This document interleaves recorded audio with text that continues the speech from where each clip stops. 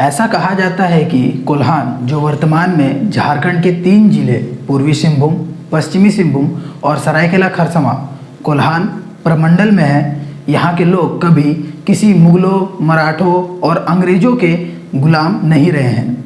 ऐसा इसलिए क्योंकि कई बड़े आदिवासी योद्धा इस पवित्र भूमि की रक्षा के लिए अपना सब कुछ न्यौछावर कर दिए थे। लेकिन दुर्भाग्य ये है कि आज सब महात्मा गांधी, पंडित जवाहरलाल नेहरू, बाकी आज़ादी से लड़े लोगों को जानते हैं।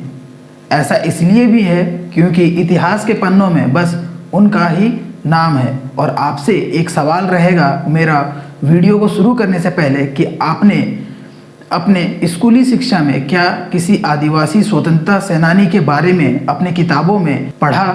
अगर पढ़ा है तो जल्दी कमेंट करके बताएं।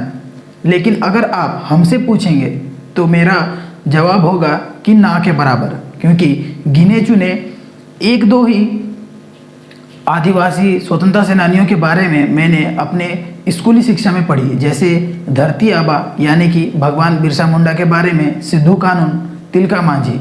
और आज शायद इनके बारे में भी किताबों में है या नहीं ये भी हमें पता नहीं। लेकिन आप बिल्कुल भी चिंता ना करें, क्योंकि आपको मेरे इस आदिवासी चैनल से हमेशा इसी तरह के वीडियोस की जानकारी मिलती रहेगी। तो चलिए आज जिस घटना के बारे में मैं आपसे बात करने वाला हूं, या जिस शहीद स्थल के बारे में मैं आपको बताने वाला हूं, वो झारखंड के कई योद्धा द्वारा लड़ी गई सेरेंगेसिया घाटी के बारे में है। यानी कि ये घाटी झारखंड के चाईबासा जगन्नाथपुर के मार्ग पर है।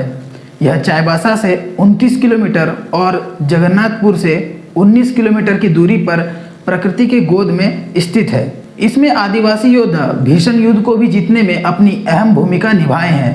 कोल्हान में अलग अलग जगह पर चल रहे विद्रोह ही आगे चलकर सेरेंगेसिया में एक बड़े युद्ध का रूप ले लेता है।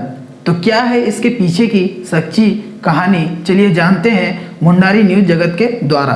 तो जोहार, आप सभी का एक बार फिर से स्वागत है मेरे इस YouTube चैनल मुंडारी न्यूज़ जगत में। तो चलिए जानते हैं सेरेंगेसिया शहीद स्थल के बारे में। हम बात कर रहे हैं 1820 से लेकर 1821 की ईस्वी की, उस समय की बात, जब एक राजा जिनका परिचय नाम से एक अलग पहचान देता है, जगन्नाथ सिंह, जो अपने आप को सिंहभूम का राजा घोषित कर दिया था, जिस कोल्हान को कभी किसी मराठों या मुगलों ने अपने अधीन नहीं कर पाए, उन्हें अपना अधीन करने की कोशिश में इस राजा ने अंग्रेजों का मदद भी ली है।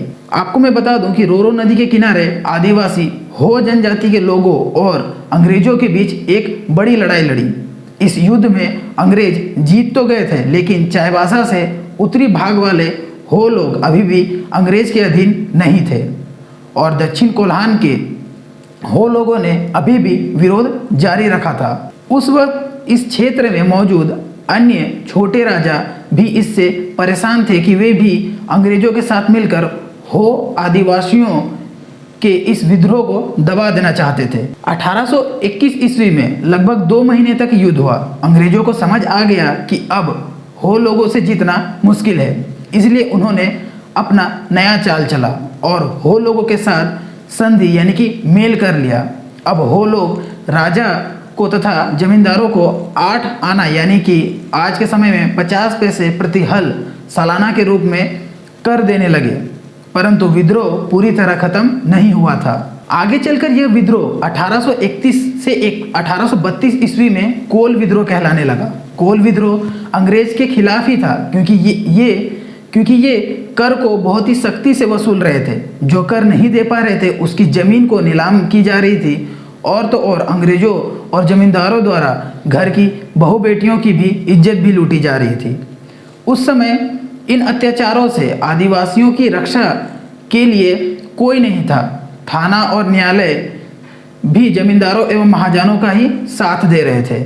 इसी आक्रोश में 1831 ईस्वी को लोगों का आंदोलन बहुत जोर शोर से शुरू हुआ, और यह कोल विद्रोह इतना फैल गया कि कोल्हान के अलावा रांची, टोरी, हजारीबाग इत्यादि जगहों में भी होने लगा। अब छापामार और गुरिल्ला युद्ध आदिवासी, अंग्रेजों और जमींदारों पर भारी पड़ने लगे। अब कोल विद्रोह को लकड़ा विद्रोह के नाम से भी जाना जाने लगा।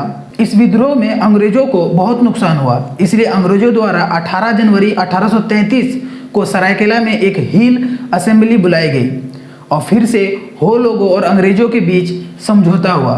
इस बार बंगाल अधिनियम पारित किया गया और छोटा नागपुर क्षेत्र को विनियमन मुक्त क्षेत्र घोषित कर दिया गया।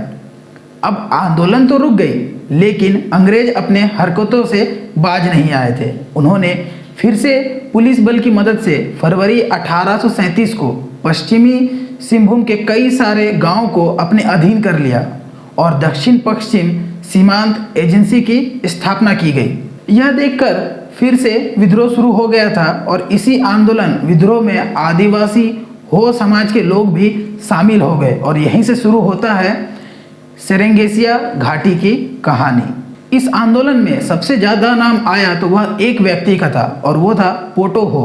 पोटो हो का जन्म पश्चिमी सिंहभूम जिला के अंतर्गत जगन्नाथपुर प्रखंड के राजबासा में हुआ था।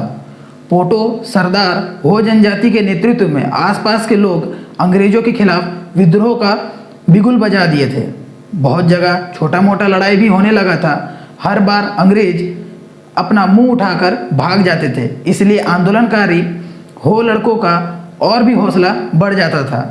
अंग्रेजों के विरोध में पास के गांव में गुप्त सभा की गई, जिसमें सेरेंगेसिया और बागाबिल घाटी में अंग्रेजों को रोकने का निर्णय लिया गया। आसपास के सभी मुंडा को तीर भेजकर विद्रोह में शामिल होने के लिए निमंत्रण भेजा गया।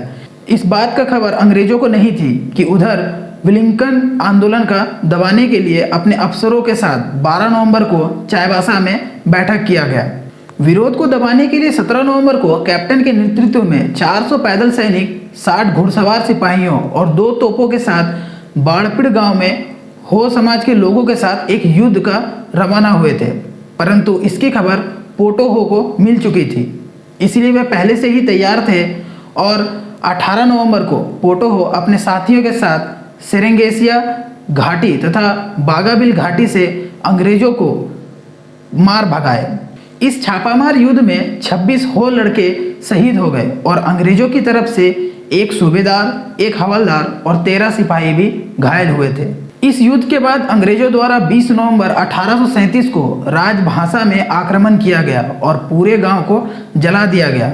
इस गांव से 6 लोगों को गिरफ्तार भी किया गया, जिसमें पोटो हो के पिता भी थे। आसपास के और भी कई गांवों को जलाया गया एवं मौजूद पशुओं को भी मार दिया गया। 22 नवंबर 1837 ईस्वी को तोरंग हातू गांव में हमला किया गया। यहाँ उन्हें सिर्फ 8 महिलाएं और 2 पुरुष मिले। पुरुषों को मार दिया गया और महिलाओं को गिरफ्तार कर लिया गया। तगड़ा हातू और जयपुर गांव पर भी हमला कर गांव को जला दिया गया। बहुत खोजबीन के बाद 8 दिसंबर को पोटो हो को सेरेंगेसिया गांव से गिरफ्तार कर ही लिया गया।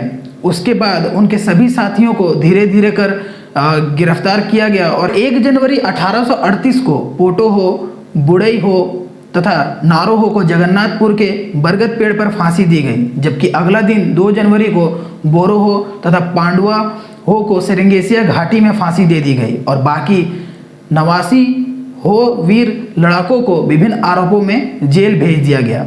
इस युद्ध का परिणाम यह हुआ कि आज उस जगह को एक शहीद स्थल के रूप में माना गया है और वह दिन 2 फरवरी को हर साल कई तरह के लोग, कई तरह के नेता एवं जनप्रतिनिधि उस जगह पर जाते हैं और उन शहीदों को अपना श्रद्धांजलि देते हैं। जैसा कि 1 जनवरी को सरायकेला के शहीद पार्क में सभी नेताओं और जितने भी आंदोलनकारी हैं वे सभी वहां जाते हैं और वहां जाकर के उन सभी को श्रद्धांजलि दी जाती है। उसी तरह इस जगह पे भी 2 फरवरी को हमेशा श्रद्धांजलि देने के लिए कई सारे लोग आते हैं। तो आज के इस वीडियो को हम यहीं पे समाप्त करते हैं। उम्मीद है कि ये सेरेंगेसिया घाटी की शहीद स्थल की घटना और ये युद्ध आपको पसंद आई होगी। अगर वीडियो पसंद आई तो वीडियो को लाइक कीजिए, हो सके इसे अपने दोस्तों के साथ शेयर कीजिए ताकि इस तरह की जानकारी सभी लोगों को पता चले जिसके बारे में हमारे किताबों में नहीं दी गई है। तो मिलते हैं फिर इसी तरह किसी नए अपडेट के साथ, तब तक के लिए हमारे साथ जुड़े रहें।